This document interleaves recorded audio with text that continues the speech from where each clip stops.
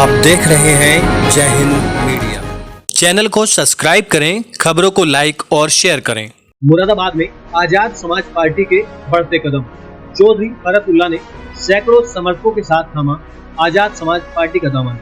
मुरादाबाद मानपुर साबित में चौधरी परिवार के सदस्य फरतुल्ला चौधरी के निवास पर आजाद समाज पार्टी के प्रदेश अध्यक्ष सुनील कुमार चित्तौड़ काफी कार्यकर्ताओं के साथ पहुंचे और चौधरी फरतुल्ला को उनके सैकड़ों साथियों के साथ आजाद समाज पार्टी का सदस्य बनाया।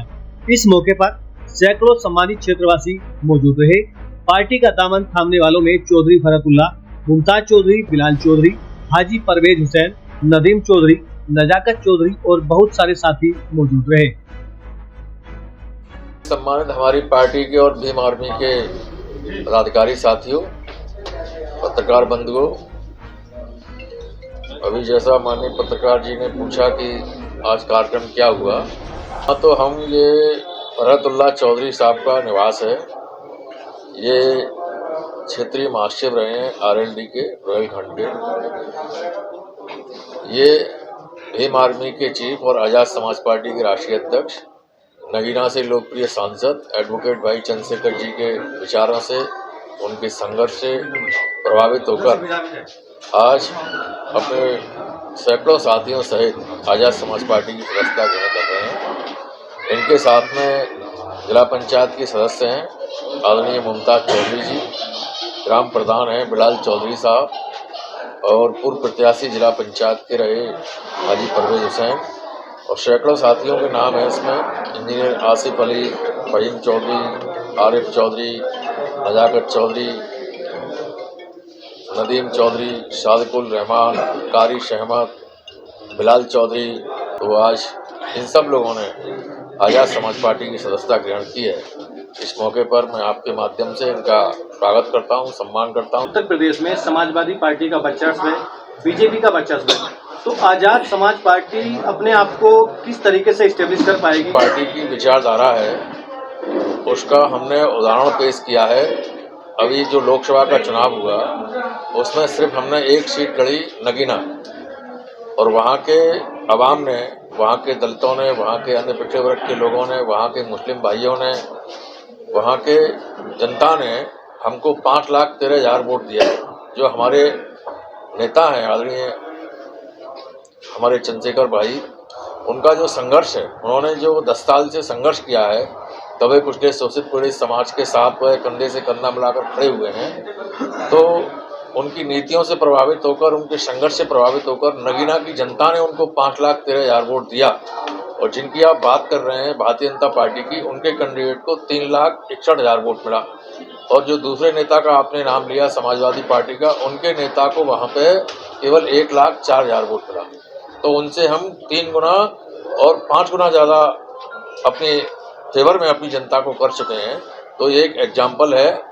इससे पूरे देश के अंदर मैसेज गया है, और इस मैसेज का असर आज आप यहाँ देख रहे हैं कि ये एक बड़ा परिवार भी आज भाई के साथ आने के लिए तैयार हुआ। 2027 में क्या तैयारियां हैं? क्या किसी दल को साथ लेकर चुनाव लड़ा जाएगा या अकेले दल पर चुनाव?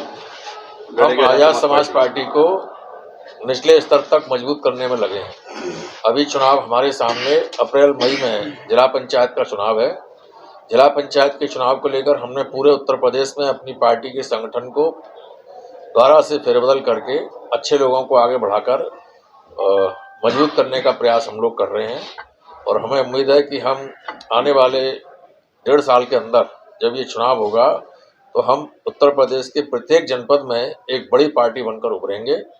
ये हमारी विचारधारा, हमारी नीति, हमारे नेता के संघर्ष और हमारी पार्टी के संगठन का संकल्प है। ये सब सर, जैसे कि चंद्रशेखर आजाद जी का बहुत बार हमने बयान सुना है, वो दलित और मुस्लिम को लेकर साथ लेकर चलने की बात करते हैं, लेकिन ये मामला अगर महाराष्ट्र में अगर हुआ होता तो वहाँ पर एमआईएम का पूरा आरोप लगाया था कि हमने गठबंधन की बात की थी, लेकिन आजाद समाज पार्टी साथ नहीं आई और एजाज खान को उतारा। उसका हाल इतना बुरा हुआ कि कहने की जरूरत नहीं है। तो वहाँ पर सर ये चीजें सामने क्यों नहीं आई कि मुस्लिम और दलित वाली बात? हमारी पार्टी नई पार्टी बन रही है, हमारे पास अभी संसाधनों की कमी है, तो देश बहुत बड़ा है।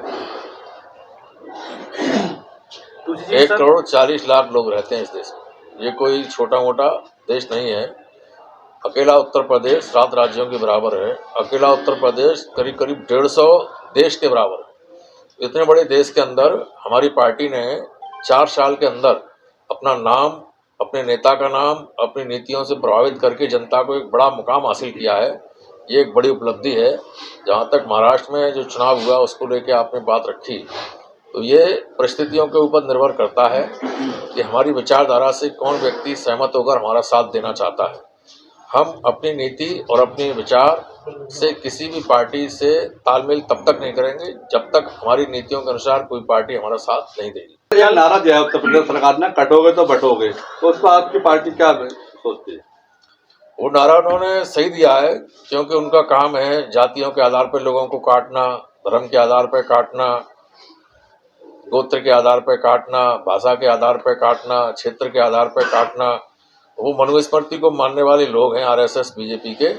वो लोगों को काट कर, बांट कर, छांट कर, अलग करके, आपस में लड़ा के, झगड़ा के, ये इनके इन प्रकार इस देश की हुकूमत में रहना चाहते हैं। वो जो उनके पूर्वजों के द्वारा बनाई हुई पंक्ति है, ढोल गमार शूद्र पशु नारी सकल ताड़ना के अधिकारी, उस वाली पुरानी मानसिकता को आज भी बनाए हुए हैं और उसी मानसिकता से इस देश के अंदर वो हुकूमत में रहना चाहते हैं।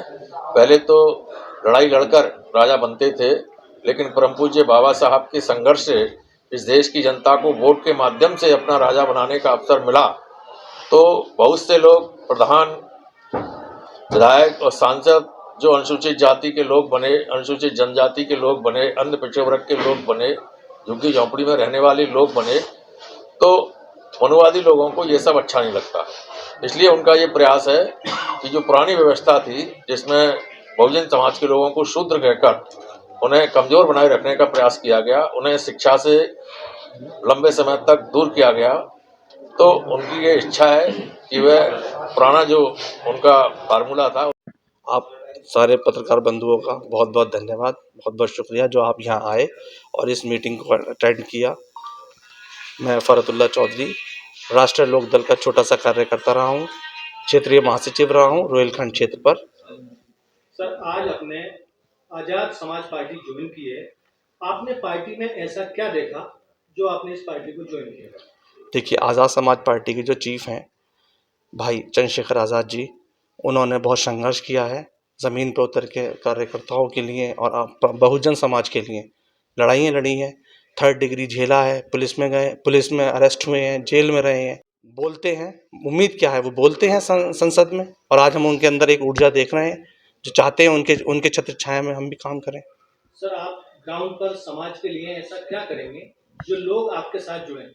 देखिए, ग्राउंड में वही हम अपने जो चीफ हैं हमारे चंद्रशेखर भाई, उनसे उनके नक्शे कदम पे चल के अपने समाज को हम जोड़ेंगे पार्टी से, और उम्मीद करते हैं पार्टी को आगे बढ़ेगी हमारी पार्टी। हम लोग संघर्ष करेंगे सड़कों पर जाकर। देखिए, माननीय चित्तौड़ जी, हमारे जो प्रदेश अध्यक्ष जी हैं सुनील कुमार चित्तौड़, पूर्व मंत्री रहे हैं बीएसपी गवर्नमेंट में और बहुत ही सामाजिक आदमी हैं, और उन्होंने बहुत बड़ा संगठन खड़ा कर दिया है उत्तर प्रदेश में, और आज वही मेरे निवास पर आए, उनका मैं बहुत धन्यवाद करता हूँ। आपके साथ कितने लोगों ने पार्टी का दामन थामा?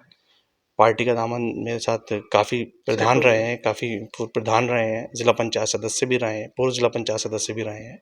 काफ़ी लोगों ने प्रभावित होकर क्षेत्रीय जनता को क्या मैसेज देना चाहते हैं? देखिए, क्षेत्रीय जनता को यही मैसेज है मेरी तरफ से कि वो हमारे साथ एएसपी के साथ जुड़ें।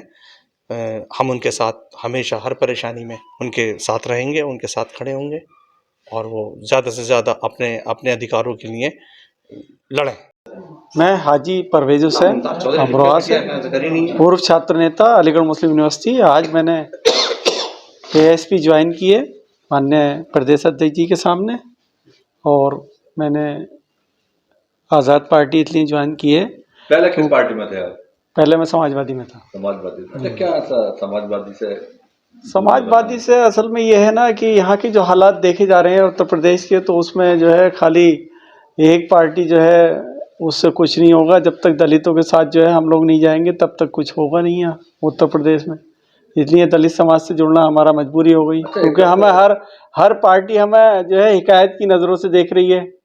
हर पार्टी जो है हमें ऐसे है जैसे दूध में मक्खी की तरह जो है इस्तेमाल किया और निकाल दिया।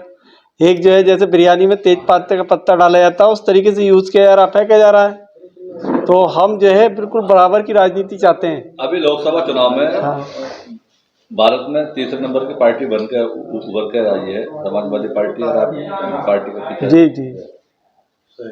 तो कितने लोग जो है उन्होंने हमें टिकट दिए हमारे समाज से? नहीं उभर कर आई। हाँ उभर के आई, लेकिन हमारे समाज को उन्होंने कितने टिकट दिए? एक एक जिले पे उन्होंने एक एक आदमी बैठा रखा है, उसी का जो है बेटा एमएलए बनेगा, उसी का पोता एमएलए बनेगा। ये बताइए, अगर कार्यकर्ता का कहीं ध्यान रखा है? बताइए आप। अच्छा, ऐसा क्या लगा आपको आजाद समाज पार्टी? नहीं, यही लगा कि हम जो है कार्यकर्ता बन के रहेंगे, कोई चुनाव लड़ नहीं पाएंगे, लेकिन जो लोग काबिज हैं 20-20, 25-25 साल से, वही एमएलए और एमपी बनते रहेंगे। जैसे क्या पार्टी में क्या आप देखते हैं कि अपना भविष्य किस तरीके से कि यहाँ कार्यकर्ता के रूप में आगे बढ़ पाएंगे? जी जी, यहाँ पर कोई परिवारवाद नहीं है, सिंगल हैं आज़ाद साहब। वो बिल्कुल उन्होंने अपने दम पे जो है पार्टी को खड़ा किया है, और पार्टियों में परिवारवाद है। कोई भी आप पार्टी ले लीजिए, सब में परिवारवाद है। कहीं ऐसा तो नहीं सर वन मैन आर्मी बनकर रह जाएगी आजाद समाज पार्टी? नहीं, ऐसा तो नहीं लग रहा है फिलहाल। Thank you.